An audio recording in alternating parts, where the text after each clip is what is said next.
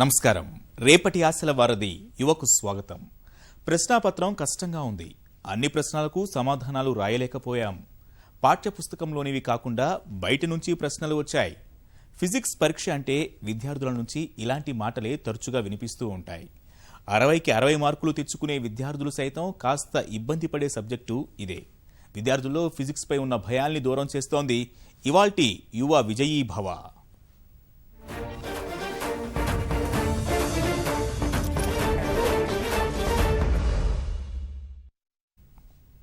Physics తరగతి గదిలో పాఠాలు విన్నంతసేపు ఇంత తేలికైన సబ్జెక్టు మరొకటి ఉండదనిపిస్తుంది. తీరా పరీక్షల దగ్గర పడేసరికి భయాందోళనకు గురిచేస్తుంది. కష్టంగా కనిపించిన ఇంటర్ మొదటి సంవత్సరం ఫిజిక్స్లో మంచి మార్కులు పొందేందుకు మార్గాలున్నాయంటున్నారు భౌతిక శాస్త్ర అధ్యాపకులు ఆనంద్ కుమార్ గారు. Anand Kumar, physics faculty. ఇప్పుడు ఈ కార్యక్రమంలో మనం ఇంటర్మీడియట్ పబ్లిక్ ఎగ్జామినేషన్ ఫిజిక్స్ ఓరియంటెడ్గా ఫస్ట్ అండ్ సెకండ్ ఇయర్స్ సంబంధించి ఎలా ప్రిపేర్ అవ్వాలి, ఎలా ప్రజెంట్ చేస్తే గుడ్ స్కోరింగ్ వస్తుంది అన్న దాని మీద కొన్ని టిప్స్, ప్రజెంటేషన్ స్కిల్స్ గురించి డిస్కస్ చేద్దాం. Sir, my name is Deepti. Sir, first year సిలబస్లో ఎల్ఏక్యూస్ ఎక్కువగా వచ్చే ఛాన్స్ ఉన్న చాప్టర్స్ ఏంటి సార్? దీప్తి, టోటల్గా మనకు ఫస్ట్ ఇయర్లో 14 చాప్టర్స్ ఉన్నాయి ఫిజిక్స్లో. ఈ 14 చాప్టర్స్ని 3 యూనిట్స్గా డివైడ్ చేయడం జరిగింది. యూనిట్కి వచ్చి ఒక ఎల్ఏక్యూ క్వశ్చన్ ఇవ్వడం జరుగుతుంది. అయితే 3 యూనిట్స్లో కూడా ఒక్కొక్క యూనిట్ నుంచి మనకి క్వశ్చన్ పేపర్లో 21 క్వశ్చన్స్ ఉంటాయి. ఇందులో క్వశ్చన్ నెంబర్ 19, 20, 21 ఈ 3 కూడా ఎల్ఏక్యూస్ క్వశ్చన్స్. అందులో 19th క్వశ్చన్ అంటే ఫస్ట్ ఎల్ఏక్యూ వచ్చేసి వర్క్, ఎనర్జీ, పవర్ అనే చాప్టర్ నుంచి వస్తుంది. 20th క్వశ్చన్ ఎల్ఏక్యూ నెంబర్ 2 వచ్చేసి ఆసిలేషన్స్ అనే చాప్టర్ నుంచి రావడం జరుగుతుంది. 21st LAQ 21st question LAQ number 3 ఇది వచ్చేసి థర్మోడైనమిక్స్ అనే చాప్టర్ నుంచి రావటాన్ని గత 3 సంవత్సరాల పేపర్ని అనలైజ్ చేస్తే ఫ్రీక్వెంట్గా ఈ చాప్టర్స్ నుంచే ఎల్ఏక్యూస్ రావటాన్ని మనం గమనించవచ్చు. నా పేరు షణ్ముఖ్. ఎస్ఏక్యూస్ మేజర్గా వచ్చే చాప్టర్స్ ఏంటో చెప్పరా? డెఫినెట్గా షణ్ముఖ్. ఎస్ఏక్యూస్ వచ్చేసి ఫస్ట్ ఇయర్ ఫిజిక్స్లో question number 11 to question number 18 ఈ క్వశ్చన్స్ ఎస్ఏక్యూ సెక్షన్కి సంబంధించినవి. ఇవి క్వశ్చన్ పేపర్లో సెక్షన్ 2 ఆర్ సెక్షన్ బి కింద మనకు ఉంటాయి. ఈచ్ క్వశ్చన్కి 4 మార్క్స్ వెయిటేజ్ ఉంటుంది. అందులో టోటల్గా 8 క్వశ్చన్స్ ఇవ్వడం జరుగుతుంది. ఈ 8 క్వశ్చన్స్లో 6 ఆన్సర్ చేయాల్సి ఉంటుంది. Remaining 2 choice. ఇందులో బెస్ట్ ఆఫ్ ద 6 మీ నాలెడ్జ్ బేస్ చేసుకొని best of the 6 questions select చేసుకొని రాయాలి. ఈ 8 క్వశ్చన్స్ వచ్చేసి మెయిన్గా మనకి ఫస్ట్ ఇయర్ నుంచి motion in a straight line నుంచి every year numerical oriented SAQ ఇస్తున్నాడు. అంటే ఒక ప్రాబ్లం 4 మార్క్స్ ప్రాబ్లం ఒక ఎస్ఏక్యూ క్వశ్చన్కి ఇస్తున్నాడు. Next motion in a plane నుంచి ఒక ఎస్ఏక్యూ, లాస్ ఆఫ్ మోషన్ నుంచి ఒక SAQ, next system of particles and rotational motion నుంచి 2 ఎస్ఏక్యూస్ ఇస్తున్నాడు. ఇది గమనించాల్సిన విషయం. System of particles and rotational motion అనే చాప్టర్ నుంచి 2 ఎస్ఏక్యూస్ ఇస్తున్నాడు. తర్వాత మెకానికల్ ప్రాపర్టీస్ ఆఫ్ సాలిడ్స్ ఈ చాప్టర్ నుంచి ఒక SAQ, thermal properties of matter ఈ చాప్టర్ నుంచి ఒక ఎస్ఏక్యూ. టోటల్గా 8 ఎస్ఏక్యూస్ ఈ చాప్టర్స్ నుంచే అడగటం జరుగుతున్నది. ఎస్ఏక్యూస్లో మెయిన్గా 3 టైప్స్ ఉంటాయి. ఇది స్టూడెంట్ తెలుసుకోవాల్సిన విషయం. కొన్ని ఎస్ఏక్యూస్ న్యూమరికల్ ఓరియంటెడ్, మరికొన్ని ఎస్ఏక్యూస్ డెరివేషన్, మ్యాథమెటికల్ డెరివేషన్, ఒక ఈక్వేషన్ని ఒక ఎక్స్ప్రెషన్ని డెరైవ్ చేయటం. Remaining theoretical SAQs. ఈ 3 కేటగిరీస్లో ఎప్పుడూ కూడా న్యూమరికల్ ఓరియంటెడ్ ఎస్ఏక్యూని సెలెక్ట్ చేసుకోవటం అనేది కరెక్ట్ మెథడ్. ఎందుకంటే ఒక న్యూమరికల్ రెలవెంట్ క్వశ్చన్కి మార్క్స్ కట్ చేయడానికి ఛాన్స్ చాలా తక్కువ. కాబట్టి first priority is to numerical oriented SAQ. Second priority derivations, mathematical derivation, ఒక రిలేషన్, ఒక ఎక్స్ప్రెషన్ డెరైవ్ చేయటం. Third one theory based. ఈ థియరీ బేస్డ్లో కూడా కొన్ని ప్యూర్ డిస్క్రిప్షన్ ఉంటే కొన్ని డిఫరెన్సెస్ ఉంటాయి.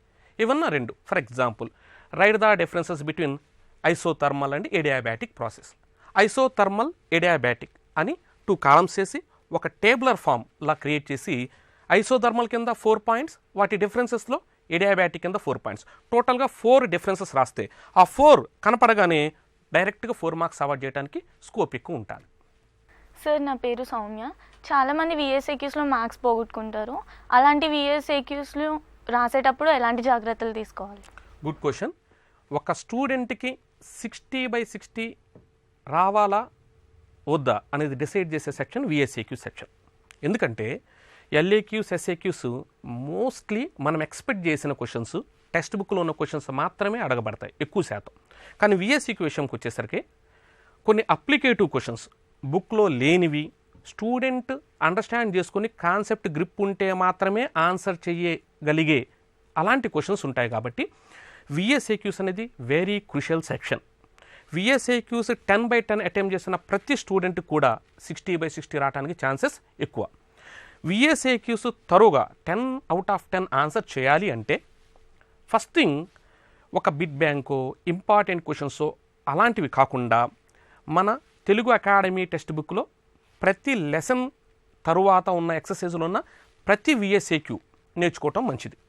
ఇంకా అంతకంటే బెటరు అప్లికేటివ్ ఓరియంటెడ్ విఎస్ఏక్యూస్ కూడా ఆన్సర్ చేసే స్టేజ్కి రావాలి అంటే ఎట్లాగూ most of the intermediate students అందరూ ఇప్పుడు కాంపిటేటివ్ ఎగ్జామ్కి ప్రిపేర్ అవుతున్న స్టూడెంట్సే కాబట్టి సైమల్టేనియస్గా competitive preparation along with IPE preparation జరిగేలా ఉండటం కోసం టెక్స్ట్ బుక్లో ఉన్న ప్రతి లైన్ టు లైన్ రీడ్ చేయగలిగితే ప్రతి లైన్ని ఒక క్వశ్చన్గా తనంతట తానే ఫ్రేమ్ చేసుకొని ఈ లైన్ని ఒక క్వశ్చన్గా అడిగితే మనం ఎలా ఆన్సర్ చేయాలి, ఆ విధానంలో వెళ్తే ప్రతి స్టూడెంట్ సక్సెస్ఫుల్గా 10/10 విఎస్ఏక్యూస్ ఆన్సర్ చేయడానికి ఛాన్స్ ఉంటుంది. విఎస్ఏక్యూస్లో కూడా న్యూమరికల్ ఓరియంటెడ్ విఎస్ఏక్యూస్ ఖచ్చితంగా మనకి ప్రతి ఇయర్ కూడా వెక్టార్స్ చాప్టర్ నుంచి ఒక న్యూమరికల్ ఓరియంటెడ్, కొన్ని సందర్భాల్లో mechanical properties of fluids and mechanical properties of solids నుంచి కూడా విఎస్ఏక్యూలో 2 మార్క్స్కి న్యూమరికల్ ఇవ్వటం జరుగుతున్నది. వీటిని కూడా దృష్టిలో పెట్టుకొని ప్రిపరేషన్ చేస్తే ఖచ్చితంగా 10/10 విఎస్ఏక్యూస్ అటెంప్ట్ చేయడానికి ఎక్కువ ఛాన్సెస్ ఉంటాయి. My name is Sadiq. A chapters నుండి న్యూమరికల్ ఓరియంటెడ్ క్వశ్చన్స్ వచ్చే అవకాశాలు ఎక్కువ ఉన్నాయి? ఖచ్చితంగా ఫిజిక్స్లో న్యూమరికల్స్కి ఎంత లేదన్నా చాలా ప్రాముఖ్యత ఉంటుంది. సో న్యూమరికల్ ఓరియంటెడ్ క్వశ్చన్స్ మనకి ఆల్ 3 సెక్షన్స్లో కనపడే అవకాశం ఉన్నది. ఇప్పుడు నేను చెప్పినట్లుగా విఎస్ఏక్యూస్లో కొన్ని న్యూమరికల్ ఓరియంటెడ్ క్వశ్చన్స్ ఉంటాయి, ఎస్ఏక్యూస్లో కూడా న్యూమరికల్ ఓరియంటెడ్ క్వశ్చన్ ఉంటుంది. అలానే ప్రతి ఎల్ఏక్యూకి కూడా మనం ఇందాక చెప్పాం మొత్తం 3 ఎల్ఏక్యూస్ ఉంటాయని. ఈ 3 ఎల్ఏక్యూస్లో ఒక డిస్క్రిప్షన్ అంటే ఒక ఎక్స్పెరిమెంటో ఒక డెరివేషన్తో పాటు దానికి అటాచ్డ్గా ఒక చిన్న ప్రాబ్లమ్ని ఇవ్వటం జరుగుతుంది.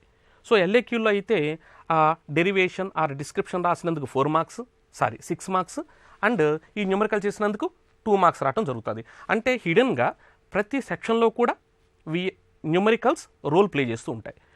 మనం ఎస్ఏక్యూస్ విషయానికి వస్తే ఫస్ట్ ఇయర్ ఫిజిక్స్ నుంచి motion in a straight line chapter నుంచి ఫ్రీక్వెంట్గా ఒక న్యూమరికల్ని 4 మార్క్స్ ఎస్ఏక్యూగా ఇవ్వటం జరుగుతున్నది.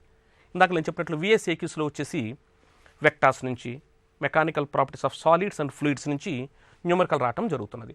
అలాగనే ఎల్ఏక్యూస్ విషయానికి వస్తే ఏ టాపిక్ మీద ఏ కాన్సెప్ట్ మీద ఒక ఎల్ఏక్యూ క్వశ్చన్ ఇవ్వటం జరుగుతున్నదో ఖచ్చితంగా ఆ టాపిక్ రెలవెంట్గానే ఒక చిన్న న్యూమరికల్ని 2 మార్క్స్కి ఇవ్వటం జరుగుతుంది. For example work energy power లెసన్లో conservation of energy in case of freely falling body అని న్యూమరికల్ ఇచ్చాడు అనుకుందాం. డెఫినెట్గా ఆ కన్జర్వేషన్ ఆఫ్ ఎనర్జీ రెలవెంటో ఆ ఎనర్జీ రెలవెంటో 2 మార్క్స్ న్యూమరికల్ దానికి అటాచ్ చేయడం జరుగుతుంది. ఆసిలేషన్స్లో show that the oscillations of simple pendulum is simple harmonic in nature and derive expression for its time period ఉందనుకుందాం. ఖచ్చితంగా దాని రెలవెంట్ ఒక న్యూమరికల్ అటాచ్ చేయడం జరుగుతుంది. అలాగనే థర్మోడైనమిక్స్లో కూడా. సో మనం గుర్తుంచుకోవాల్సిన విషయం ఏంటంటే ప్రతి సెక్షన్లో కూడా న్యూమరికల్ అనేది కంపల్సరీగా ఉంటుంది. ఎల్ఏక్యూ సెక్షన్లో ఏ క్వశ్చన్ థియరీ క్వశ్చన్ ఇచ్చాడో దాని రెలవెంట్ న్యూమరికలే ఒక 2 మార్క్స్కి ట్యాగ్ క్వశ్చన్గా ఇవ్వటం జరుగుతుంది. సార్ ఎగ్జామ్ రాసేటప్పుడు ఏ టైప్ ఆఫ్ క్వశ్చన్ సెలెక్ట్ చేసుకుంటే మనకు మ్యాక్సిమం మార్క్స్ వచ్చే అవకాశం ఉంది సార్? రైట్, ఇది కూడా మంచి క్వశ్చన్. ఎందుకంటే చాలామంది స్టూడెంట్స్కి క్వశ్చన్ పేపర్లో ఉన్న క్వశ్చన్స్ అన్నీ తెలిసి ఉండే అవకాశం ఉంది చాలా వరకు. ఇలాంటప్పుడు ఎలాంటి క్వశ్చన్ చూజ్ చేసుకుంటే నాకు కరెక్ట్గా ఫుల్ మార్క్స్ వస్తాయి? ఎప్పుడైనా ఫిజిక్స్లో విషయానికి వచ్చి నేను ఇందాక చెప్పినట్లు numerical first priority to numerical oriented question. ఆ న్యూమరికల్ ఓరియంటెడ్ క్వశ్చన్ కూడా ఎలా సాల్వ్ చేయాలంటే ఇచ్చిన క్వశ్చన్ నుంచి ముందు డేటా రాయాలి. డేటా అంటే for example A body is moving with initial velocity of some 10 meters per second. So and so acceleration for some time, find the final velocity. ఇది question అనుకుందాం. ఫస్ట్ మీరు data అని heading పెట్టి initial velocity of the body you equal to 10 meter/second. Only you అని రాయకుండా దాని టర్మ్ని explain చేయటం, initial velocity U అని రాసి ఆ న్యూమరికల్ ఆ మ్యాగ్నిట్యూడ్తో పాటు పక్కన యూనిట్ను కూడా మెన్షన్ చేయాలి. అలాగని acceleration of the body, so given value meter/second². ఇలా ఇచ్చిన క్వశ్చన్లోది మనం అక్కడ ఏం డేటా ఇచ్చాడు, ఏం ఫైండ్ అవుట్ చేయమన్నాడు అది డిస్క్రైబ్ చేసేదాన్ని డేటా అంటాం. దీనికి 1 mark వెయిటేజ్ ఉంటుంది. నెక్స్ట్ ఆ న్యూమరికల్ సాల్వ్ చేయడానికి రిక్వైర్డ్ ఫార్ములాని మెన్షన్ చేయాలి. ఆ ఫార్ములా మెన్షన్ చేసినందుకు 1 mark వెయిటేజ్ ఉంటుంది. తర్వాత ఇచ్చిన వాల్యూస్ని ఆ ఫార్ములాలో సబ్స్టిట్యూట్ చేసి సింప్లిఫై చేసినందుకు 1 mark ఉంటుంది. నెక్స్ట్ ఖచ్చితంగా కన్క్లూజన్ అంటే నిన్నేం క్వశ్చన్ అడిగాడు అదే కన్క్లూజన్. ఫర్ ఎగ్జాంపుల్ ఇందాక నేను మెన్షన్ చేసిన క్వశ్చన్లో ఫైండ్ ద ఫైనల్ వెలాసిటీ అన్నాడు. సో మీరు లాస్ట్లో సింప్లిఫై చేసి ఆన్సర్ వచ్చాక the final velocity of the given body is, మీకు వచ్చిన ఆన్సర్ పక్కన meter/second. ఆ ఆన్సర్ రాసి పక్కన యూనిట్ మెన్షన్ చేసినందుకు ఇంకో 1 mark ఉంటుంది. ఈ టైప్ ఆఫ్ క్వశ్చన్లో ఎక్కడా మార్కు కట్ చేయడానికి స్కోప్ ఉండదు. కాబట్టి ఏ స్టూడెంట్ అయినా ఫుల్ మార్క్స్ రావాలి అని కోరుకుంటే first priorities to numerical oriented questions. ఇక సెకండ్ ప్రయారిటీ వచ్చేసి డెరివేషన్స్లో కూడా అది మ్యాథమెటికల్ ఓరియంటేషన్ ఉంటుంది, స్టెప్ టు స్టెప్ లింక్ ఉంటుంది. కాబట్టి క్లియర్గా చూడగానే ఆ ఎవాల్యూటర్కి ఒక ఐడియా వచ్చేస్తుంది, దానివల్ల మార్క్స్ కట్టే అవకాశం ఉండదు. ఇక థర్డ్ విషయంకి వచ్చేసి థియరిటికల్ క్వశ్చన్స్లో మెయిన్గా డిఫరెన్సెస్. మీకు ఇచ్చిన థియరీ క్వశ్చన్స్లో డిఫరెన్సెస్ మీకు వచ్చు, డిస్క్రిప్షన్తో ఉన్న ఒక క్వశ్చన్ వచ్చు. ఇలాంటి సందర్భంలో మీరు డిఫరెన్సెస్ క్వశ్చన్ని అటెంప్ట్ చేయడంలోనే మంచి స్కోరింగ్ వస్తుంది, అదే కరెక్ట్ డెసిషన్. ఇక ఏమీ లేనప్పుడు థియరిటికల్ డిస్క్రిప్షన్కు ఉన్న చిన్న డ్రాబ్యాక్ ఏంటంటే మీరు ఎంత రాసినా సరే థియరీ డెఫినెట్గా ఫుల్ మార్క్స్ అవార్డు ఇవ్వడానికి స్కోప్ ఉండొచ్చు, ఉండకపోవచ్చు. కాబట్టి ఎప్పుడు కూడా మన ఆన్సర్ చేసేటప్పుడు first priority to numerical questions, second priority to derivative relevant, third priority to theoretical. In this theoretical only particularly difference type questions select చేసుకుంటే మంచి స్కోరింగ్ వచ్చే అవకాశం ఉంటుంది. చాయిస్ క్వశ్చన్స్ ఎప్పుడు అటెంప్ట్ చేయమంటారు సార్? ఫస్ట్ ఆఫ్ ఆల్ మీకు ప్రతి సెక్షన్లో, ఫర్ ఎగ్జాంపుల్ SAQs సెక్షన్ తీసుకుందాం, 8కి 6 ఆన్సర్ చేయాలి. నీకు 8 క్వశ్చన్స్ వచ్చి ఉండొచ్చు కాక, ఫస్ట్ నేను చెప్పినట్లు బెస్ట్ ఏ క్వశ్చన్స్కి అయితే ఫుల్ అవార్డింగ్ వస్తాయో నువ్వు ఫిక్స్ అవుతావో ఆ 6 క్వశ్చన్స్ రాయాలి. రిమైనింగ్ 2 అప్పుడే రాయకూడదు. LAQs విషయానికి వద్దాం, 3 క్వశ్చన్స్ ఉన్నాయి, బెస్ట్ 2 నువ్వు ఆన్సర్ చేయాలి. ఇలా క్వశ్చన్ పేపర్లో ఉన్న క్వశ్చన్స్ అన్నీ ఆన్సర్ చేశాక రిమైనింగ్ టైంలో ఆ చాయిస్ క్వశ్చన్స్ని రాయటం మంచిది. ఈ చాయిస్ క్వశ్చన్ రాయటం వల్ల అడ్వాంటేజ్ ఏంటంటే ఫస్ట్ ఎవాల్యూటర్కి ఈ స్టూడెంట్కి క్వశ్చన్ పేపర్లో ఉన్న అన్ని క్వశ్చన్స్ త్వరగా వచ్చు. So it makes a good impression. ఈ ఇంప్రెషన్ వల్ల డెఫినెట్గా కొంత మంచి స్కోరింగ్ అవార్డ్ చేయడానికి అవకాశం ఉంటుంది. రెండోది ఏంటంటే ప్రతి క్వశ్చన్కి మెయిన్ ఆన్సర్ బుక్లెట్ ఫస్ట్ పేజీలో అవార్డింగ్ ఉంటుంది, దాన్ని పోస్టింగ్ అంటాం, అవార్డింగ్ ఉంటుంది. మీరు ఆల్రెడీ 8 క్వశ్చన్లో ఫస్ట్ 6 క్వశ్చన్స్ రాశారు. ఈ 6 క్వశ్చన్లో బై మిస్టేక్ నీ నాలెడ్జ్లో లేకుండా బై మిస్టేక్ ఏదన్నా ఒక మిస్టేక్ అక్కడ పడింది అనుకుందాం, దానివల్ల నీకు ఒక 1/2 మార్కో 1 మార్కో కట్ అయిపోయింది. ఈ చాయిస్ రాసిన క్వశ్చన్ కనుక పర్ఫెక్ట్గా ఉంటే దానికి ఫుల్ మార్క్స్ వస్తే అప్పుడు ఈ 8కి అవార్డ్ చేసిన తర్వాత దీంట్లో బెస్ట్ 6 క్వశ్చన్స్, బెస్ట్ మార్క్స్ వచ్చిన ఫస్ట్ 6 క్వశ్చన్స్ని కన్సిడరేషన్లో తీసుకోవడం జరుగుతుంది. దానివల్ల మనం మార్క్స్ లూజ్ అయ్యే అవకాశం ఉండకుండా ఉంటుంది. కాబట్టి ఎప్పుడు కూడా చాయిస్ రాయాల్సిన క్వశ్చన్స్ అన్ని రాశాక లాస్ట్లో చాయిస్ క్వశ్చన్స్ కూడా అటెంప్ట్ చేయడం మంచిది. మొదటి సంవత్సరం కంటే కాస్త కష్టంగానే ఉన్నా సరిగ్గా సాధన చేస్తే రెండో సంవత్సరం ఫిజిక్స్లో అద్భుత ఫలితాలు సాధించవచ్చు. కీలకమైన పదాల దగ్గర నుంచి సమస్యలను పూరించడం వరకు ఓ క్రమ పద్ధతిలో సాగితే సరిపోతుందంటున్నారు అధ్యాపకులు. సెకండ్ ఇయర్ సిలబస్లో LAQs ఎక్కువగా వచ్చే ఛాన్స్ ఉన్న చాప్టర్స్ ఏంటి సార్? టోటల్గా మనకి సెకండ్ ఇయర్ ఫిజిక్స్కి వచ్చేసరికి 16 చాప్టర్స్ ఉన్నవి. ఈ 16 చాప్టర్స్లో ఎక్కువ శాతం ఫ్రీక్వెంట్గా మనకి 3 చాప్టర్స్ నుంచే LAQs రిపీట్ అవుతున్నాయి. 2014లో మన సిలబస్ చేంజ్ అయిన కాడి నుంచి NCERT ప్యాటర్న్ ఇంట్రడ్యూస్ చేసిన దగ్గర నుంచి ఒక చిన్న అనాలిసిస్ మనం తీసుకున్నట్లయితే ఇందాక నేను చెప్పినట్లు LAQs 3 క్వశ్చన్స్. క్వశ్చన్ పేపర్లో 19th question, 20th question, 21st questions ఈ 3 కూడా ఎల్ఏక్యూస్ సంబంధించినవి, అంటే section 3 or section C. 19th question వచ్చేసి వేవ్స్ అనే చాప్టర్ నుంచి వస్తున్నది. ఈ వేవ్స్ చాప్టర్లో వచ్చిన 19th క్వశ్చన్కి డిస్క్రిప్టివ్ క్వశ్చన్తో పాటు ఒక 2 మార్క్స్కి న్యూమరికల్ కూడా యాడ్ చేసి అడగటం జరుగుతున్నది.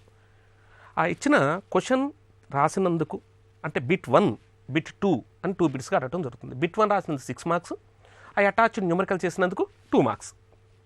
ఇక 20th క్వశ్చన్ ఎల్ఏక్యూ నెంబర్ 2 వచ్చేసి కరెంట్ ఎలక్ట్రిసిటీ చాప్టర్ నుంచి రావడం జరుగుతున్నది. కరెంట్ ఎలక్ట్రిసిటీలో ఎస్ఏక్యూస్ హెడ్డింగ్ కింద యాక్చువల్గా క్వశ్చన్స్ ఉండడం జరిగింది. మనకి ఇక్కడ ఒక పాయింట్ మెన్షన్ చేయాల్సింది ఏంటంటే క్లియర్గా టెక్స్ట్ బుక్లో ఎస్ఏక్యూస్ హెడ్డింగ్ కింద ఉన్న క్వశ్చన్స్ ఎస్ఏక్యూగానే రావాలని, ఎల్ఏక్యూస్ హెడ్డింగ్ కింద ఉన్న క్వశ్చన్స్ ఎల్ఏక్యూగా రావాలని ఎక్కడా లేదు. కరెంట్ ఎలక్ట్రిసిటీలో తెలుగు అకాడమీ టెక్స్ట్ బుక్లో ఎక్సర్సైజ్లో ఎస్ఏక్యూ అనే హెడ్డింగ్ కింద ఏదైతే క్వశ్చన్స్ ఉన్నాయో వాటిని ఎల్ఏక్యూగా అంటే అలాంగ్ విత్ న్యూమరికల్ ఎల్ఏక్యూగా మార్చి అడగటం జరుగుతున్నది. సో కరెంట్ ఎలక్ట్రిసిటీ నుంచి సెకండ్ ఎల్ఏక్యూ వస్తున్నది. థర్డ్ ఎల్ఏక్యూ వచ్చేసి న్యూక్లియై చాప్టర్ నుంచి థర్డ్ ఎల్ఏక్యూ అడగటం జరుగుతున్నది.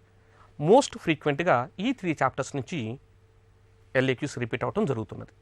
సార్ ఎస్ఏక్యూస్ మేజర్గా వచ్చే చాప్టర్స్ ఏంటి సార్? సెకండ్ ఇయర్ ఫిజిక్స్ పోర్షన్లో సిలబస్లో ఎస్ఏక్యూస్ రావడానికి ఎక్కువ స్కోప్ అన్న చాప్టర్స్ వచ్చేసి ఎలక్ట్రిక్ చార్జెస్ అండ్ ఫీల్డ్స్, ఈ చాప్టర్ నుంచి ఒక ఎస్ఏక్యూ వస్తున్నది. ఎలక్ట్రిక్ పొటెన్షియల్స్ అండ్ కెపాసిటర్స్, ఈ చాప్టర్ నుంచి ఒక ఎస్ఏక్యూ వస్తున్నది. Next moving charges and magnetism, ఈ చాప్టర్ నుంచి కూడా ఒక ఎస్ఏక్యూ రావడం జరుగుతున్నది. తర్వాత ఎలక్ట్రోమాగ్నెటిక్ ఇండక్షన్, ఈ చాప్టర్ నుంచి ఒకటి, ఆటమ్స్ నుంచి ఒకటి, సెమీ కండక్టర్ డివైజెస్ నుంచి ఒకటి. ఈ చాప్టర్స్ నుంచి మెయిన్గా ఎస్ఏక్యూస్ ఎవ్రీ ఇయర్ అడగటం జరుగుతున్నది. ఈ చాప్టర్స్ మీద ఫోకస్ చేసిన ప్రతి స్టూడెంట్ ఈజీగా 8 ఎస్ఏక్యూస్లో 6 పర్ఫెక్ట్గా అటెంప్ట్ చేయడానికి స్కోప్ ఉంటుంది. సో విఎస్ఏక్యూస్ ఎక్కువ ఏ చాప్టర్స్ నుంచి వస్తాయి?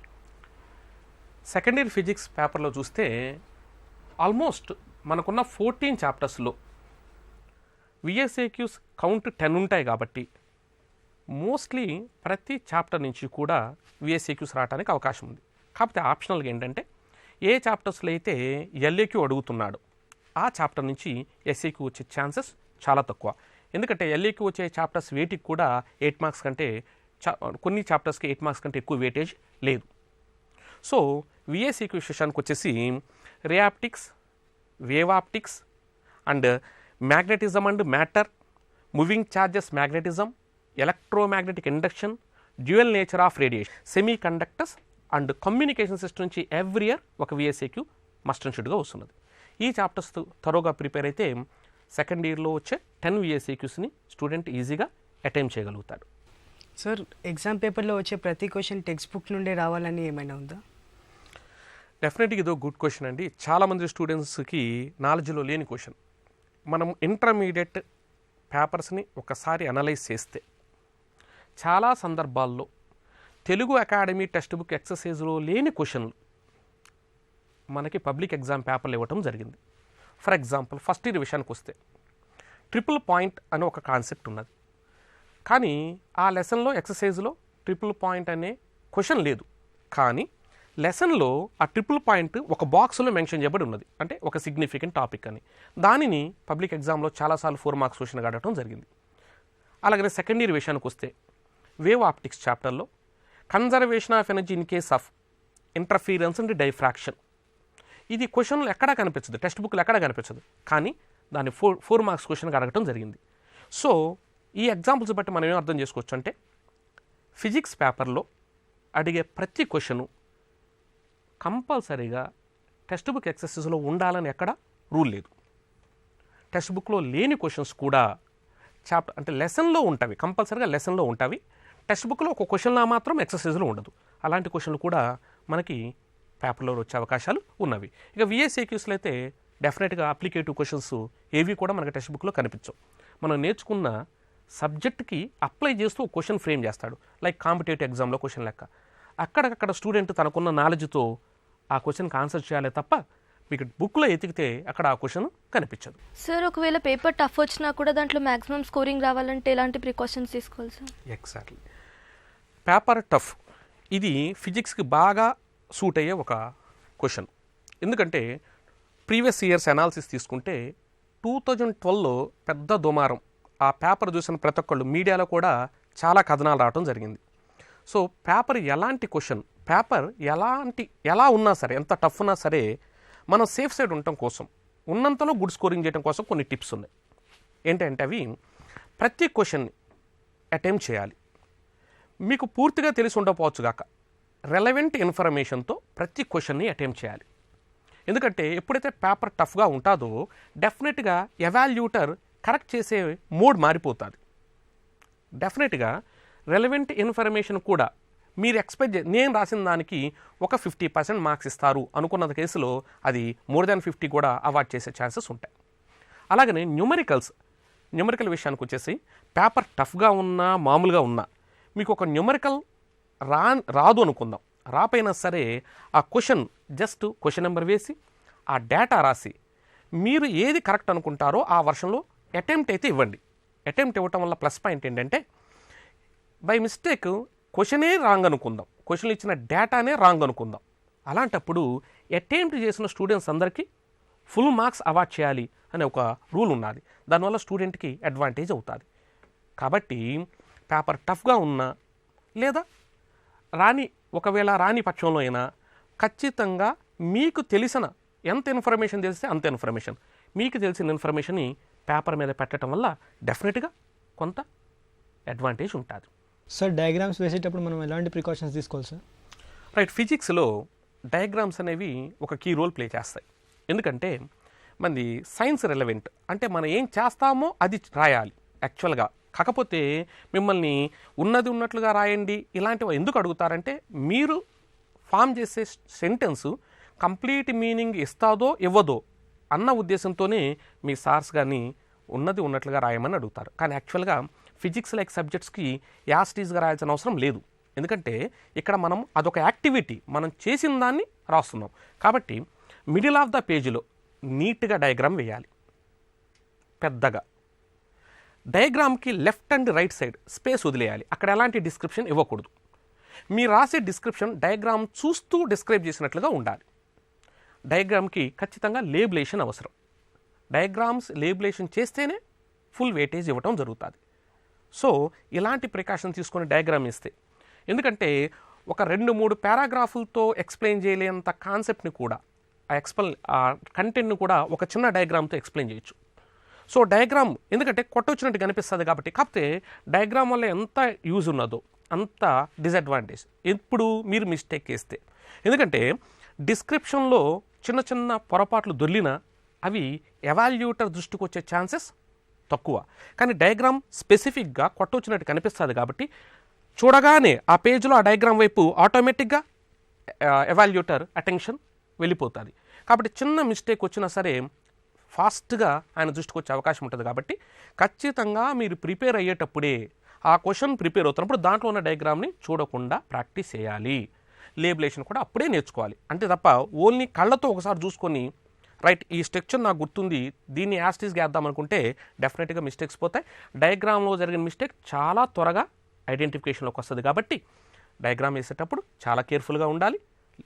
అట్ ద సేమ్ టైం మిడిల్లో నీట్గా వేస్తే ఫుల్ మార్క్స్ రావడానికి అవకాశం ఉంటుంది. యాక్చువల్గా బోర్డ్ ఎగ్జామినేషన్ పాయింట్ ఆఫ్ వ్యూలో ఫిజిక్స్లో సెయింట్ మార్క్స్ అంటే 60/60 తెచ్చుకోవటం అనుకున్నంత టఫ్ ఏం కాదు.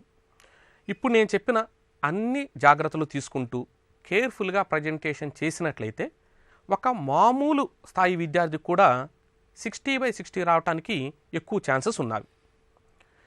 కాకపోతే ప్రిపరేషన్ చేసేటప్పుడే కొంత ఏమైతే ఇప్పుడు డిస్కస్ చేశామో అవన్నీ మైండ్లో పెట్టుకొని స్టూడెంట్ జాగ్రత్తగా ప్రిపేర్ అయితే లెస్ ఎఫర్ట్తోనే మంచి స్కోరింగ్ చేసే అవకాశం ఉంటుంది. ఇంకొక చిన్న మాట నేను చెప్పదలుచుకుంది ఏంటంటే ప్రతి స్టూడెంట్ కూడా ఇప్పుడు బోర్డ్ ఎగ్జామ్తో పాటు with in a short span అంటే లెస్ దాన్ ఒక 15-16 డేస్లోనే వాళ్ళు అనుకుంటున్న కాంపిటేటివ్ జేఈ మెయిన్స్ కావచ్చు ఇలాంటి ఎగ్జామ్కి అపేర్ అవ్వటానికి అవకాశం ఉన్నది. సో మీరు ఐపీఈ ప్రిపరేషన్ చేసేటప్పుడే న్యూమరికల్స్ అనే సెక్షన్ మాట్లాడుకున్నాం, మనం విఎస్ఏక్యూస్ అనే సెక్షన్ మాట్లాడుకున్నాం. పేరుకి ఇవి ఐపీఈ అంటే బోర్డ్ ఎగ్జామ్ కోసం ప్రిపరేషన్ జరిగినట్లుగానే ఉంటాయి, కానీ కాంపిటేటివ్ ఎగ్జామ్లో కూడా ఇవి కీ రోల్ ప్లే చేస్తాయి. కాబట్టి సైమల్టేనియస్గా 2 ప్రిపరేషన్లు జరిగిపోతాయి. కాబట్టి ఆ పాయింట్ ఆఫ్ వ్యూలో మీరు అబ్జర్వ్ చేస్తూ ప్రిపరేషన్ చేస్తే రాబోయే కాంపిటేటివ్ ఎగ్జామ్లో కూడా మీకు సక్సెస్ రేట్కి మంచి స్కోప్ ఉంటుంది. So I wish all the best students, good luck. Inter గణితం పరీక్షలకు ఎలా సన్నద్ధం అవ్వాలో మరో యువలో తెలుసుకుందాం. నమస్కారం.